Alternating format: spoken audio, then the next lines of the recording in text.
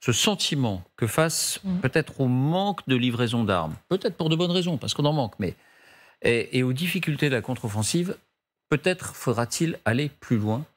Et un débat est en train d'émerger en Pologne depuis plusieurs mois, mais il monte assez vite ces derniers jours, sur un étage de plus de l'implication. Et quel étage, quel pas franchi, puisque ce serait entrer directement en guerre. Autrement dit, envoyer des troupes au sol. Voyons comment ce débat émerge.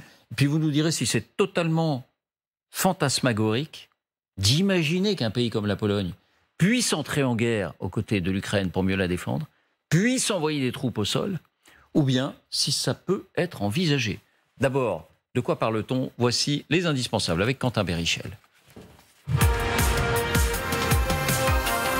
Bonsoir Quentin. Bonsoir David, bonsoir à tous. Alors pourquoi cette hypothèse d'une implication directe, d'une implication au sol, est-elle de plus en plus évoquée? En quoi est-elle évoquée plus exactement?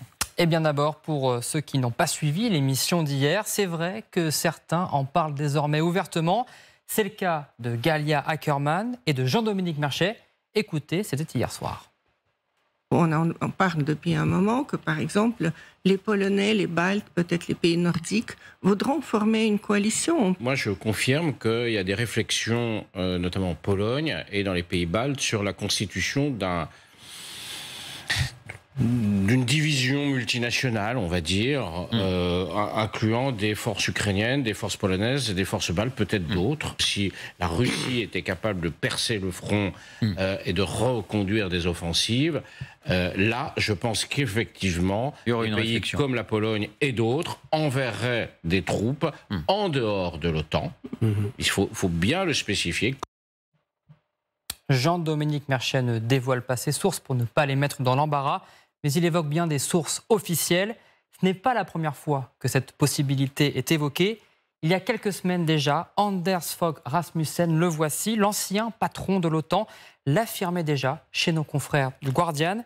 Nous savons que la Pologne est très engagée dans son soutien à l'Ukraine et je n'exclus pas la possibilité que la Pologne s'engage de manière plus forte sur une base nationale et qu'elle soit suivie par les États baltes avec éventuellement l'intervention des troupes au sol. On a épluché la presse polonaise et à l'époque, Varsovie n'avait pas démenti cette déclaration. Voilà, Rasmussen qui fait du conseil aujourd'hui, comme on dit, et qui conseille notamment Volodymyr Zelensky. Il faut quand même aussi l'avoir en tête, mais c'est vrai que là-bas, on dit que le sujet n'est pas tabou. À Varsovie, par exemple, qu'il est sur la place publique, c'est vrai? Oui, et en voici la meilleure preuve. Les instituts d'opinion sondent les Polonais sur la possibilité de voir leur pays rentrer en guerre. Voici un sondage publié en début de mois. La question est claire. La Pologne doit-elle être le garant de la sécurité de l'Ukraine en impliquant notre armée en cas de prochaine invasion? Et le plus surprenant, regardez, eh bien, c'est la réponse des sondés. Près de la moitié, 46% répondent oui, avec au moins une condition, que l'OTAN s'engage avec elle. Près de 20% également sont favorables avec une coalition composée des États-Unis, de la France, du Royaume-Uni ou encore de l'Allemagne. 29% répondent non.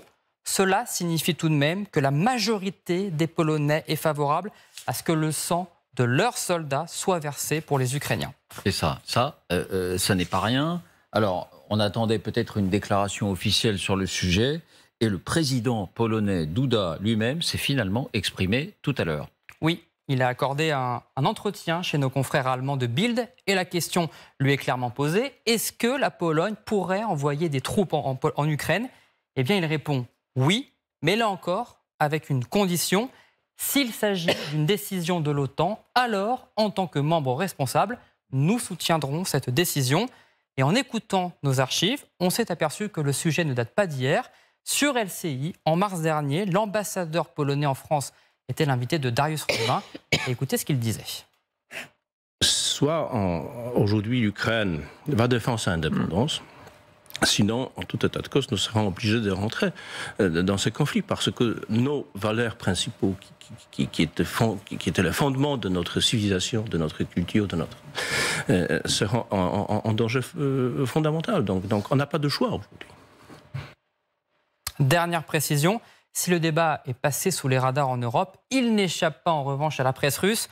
Cela faisait la une aujourd'hui de plusieurs sites d'information à Moscou, qui ne lésinent pas d'ailleurs à en rajouter sur leur titre. Regardez celui-ci, les Polonais à nouveau désireux de se battre contre la Russie. De quoi rappeler encore une fois la doctrine officielle du Kremlin, à savoir que c'est bien l'OTAN qui cherche à détruire la Russie depuis toujours. Merci Quentin. Alors, en quelques mots, chacun d'entre vous, est-ce que ça vous semble totalement hors sol ce débat, ou est-ce qu'il vous semble possible, alors sous bouclier de l'OTAN, avec l'OTAN ou sans l'OTAN, mais que des soldats polonais aillent verser leur sang pour la défense de l'Ukraine? Frédéric. L'histoire des 2 derniers siècles, et je vous fais grâce des précédents, est très claire. Les Polonais ont subi l'Empire tsariste, puis l'URSS. Il y a eu une guerre ouverte en 1919-1920, puis en 39 déjà. Puis de 39 à 45 et jusqu'à 90-91, jusqu'à la chute du mur, puis à la chute de l'URSS, la Pologne considère, à juste titre, qu'elle a terriblement subi le monde russe, pour faire court. Ça, c'est le premier point. Le deuxième point, il y a un fossé identitaire très dur, en tout cas perçu par les Polonais, entre un monde catholique et un monde orthodoxe. Il ne faut jamais oublier que la Pologne est profondément, très profondément catholique. 3, je serais beaucoup plus réservé sur le côté on va faire la guerre à la Russie. Ça, c'est un discours de matamor. Donc ça repose sur des représentations effectivement russophobes, on va dire ça comme ça. Mais enfin, faire la guerre, si vous voulez, la Pologne sans l'OTAN, je me demande franchement ce que c'est. Jusqu'à présent, la Pologne n'a pas démontré que seule elle était capable réellement de faire la guerre. Mais encore une fois, ce n'est pas un discours qui repose sur rien. Quant aux 3 États baltes, oui, ils iraient peut-être. Enfin, écoutez, on a affaire à des États picrocolins. Bon. Donc, mais en effet, je résume, Pologne et États baltes, comme je le disais au début de cette émission, ce sont les fers de lance anti-Poutine, anti-russe peut-être, au sein de l'Union européenne et de l'OTAN. Parce que Pierre, détrompez-moi, imaginons que des troupes polonaises aillent combattre aux côtés des Ukrainiens. Rien n'empêcherait à ce moment-là Moscou de bombarder le sol polonais. On peut le supposer. C'est là où c'est intéressant. Le sujet que vous posez, que Quentin a résumé, est parfait. Ce que vient de dire Frédéric, tout est vrai. Donc c'est un vrai sujet, c'est pas une invention, etc. Et il faut rentrer dans le détail. Qu'est-ce qui est évoqué, notamment chez les Polonais, pour dire comment on pourrait y aller? Certains disent on va renvoyer à Poutine la monnaie de sa pièce. Qu'est-ce qui s'est passé de 2014 à 2022 ? Les Russes, l'armée russe, était militairement présente dans le Donbass. Et chaque fois que Poutine était interrogé, Poutine disait, mais non, pas du tout, ce sont juste des Ukrainiens qui aiment la Russie, qui se défendent, il n'y a aucun... Quand l'avion de ligne a été abattu en 2014, non, c'est pas de leur faute, sauf que c'est un système de missiles Buk russe, formé par des militaires russes, etc. Et alors, il y a quand même un certain nombre de militaires russes qui ont été piégés, qui ont été identifiés comme étant présents dans le Donbass encadrant. Réponse de Moscou, ils sont en permission. Donc, ce sur quoi les Polonais réfléchissent, c'est et si on envoyait des militaires polonais en permission en Ukraine? Voilà. Tout ça pour dire qui que... n'engagerait pas officiellement l'armée ukrainienne. Mais attendez, mais pourquoi vous aviez des militaires russes dans le Donbass, ça n'engageait pas? Nous, on a des militaires ukrainiens, ils font ce qu'ils veulent en permission. Et voilà, alors, il se trouve qu'ils sont allés passer des vacances en Ukraine, des vacances un peu armées. Ça. Pour dire que si la réflexion n'est pas terminée et que le point central, Frédéric l'a dit, la Pologne et les pays baltes, s'ils sentent que l'Ukraine est en difficulté, alors ils vont pas mollir parce qu'ils savent qu'ils sont les suivants, d'abord par solidarité pour les valeurs ukrainiennes, et puis aussi parce que... Mais vous nous dites que ce ne serait pas présenté comme une entrée en guerre, forcément. Ce que je dis, c'est que le sujet que vous avez posé, et ce qu'a dit Galia Ackerman, ce qu'a dit Jean-Michel Herché, c'est tout à fait exact. Il y a une discussion, etc. Après, la question, c'est comment on habille, sachant que l'OTAN ne mettra jamais le doigt dans cette affaire. Donc, si l'OTAN ne met pas le doigt dans cette affaire, comment on fait? Et là, on dit, on dit, mais attendez, non, nous, non, pas du tout, il n'y a aucun militaire polonais, etc. Voilà. Alors, je ne sais pas du tout ce que ça va donner, ça, mais c'est pour dire qu'il y a certaines entités qui réfléchissent à des modalités pratiques. Donc, comment on peut faire pour aller plus loin sans tomber sous le coup de... Est-ce que c'est un scénario imaginable pour vous, Xavier? Très clairement, les pays qui se sentent en danger en cas de défaite claire de l'Ukraine, je comprends qu'ils veuillent empêcher par tous les moyens la défaite de l'Ukraine. Quand même, on a des pays, la Russie, qui dit on va annuler l'indépendance des pays baltes. Et puis la Pologne, c'est le prochain pays sur la liste, avec la Moldavie aussi. Et puis la Géorgie, il faudrait peut-être qu'on aille un peu plus loin que ce qu'on a déjà fait. Donc ces pays-là, ils savent très bien que si l'Ukraine s'effondre, c'est eux les prochains. Tant qu'à faire, s'ils peuvent avoir cette guerre qui se fait sur le territoire ukrainien, qui les empêche de déborder, eux, ils savent très bien qu'ils vont rester en paix. Et puis au final, quand la Russie fournissait des pilotes de chasse et des avions de chasse en Corée du Nord ou au Vietnam, eh ben, elle aidait un allié. Et on n'a jamais considéré que la Russie était en guerre contre les États-Unis. Pourtant, elle avait déployé des armements et du matériel et des hommes. Et des hommes. Et Oui. des hommes qui ont été abattus pour certains. Donc on sait très bien que l'armée russe, soviétique, était directement engagée contre les États-Unis au Vietnam. On n'a jamais considéré que c'était une escalade et qu'il fallait bombarder la Russie pour autant. Moi, je pense que c'est un parallèle qui est exactement le même. Si les Polonais décident de s'engager en Ukraine pour défendre l'Ukraine, pour éviter qu'elle s'effondre, à partir du moment où les Russes, bah oui, ça reste sur le territoire ukrainien, il n'y a pas de débordement.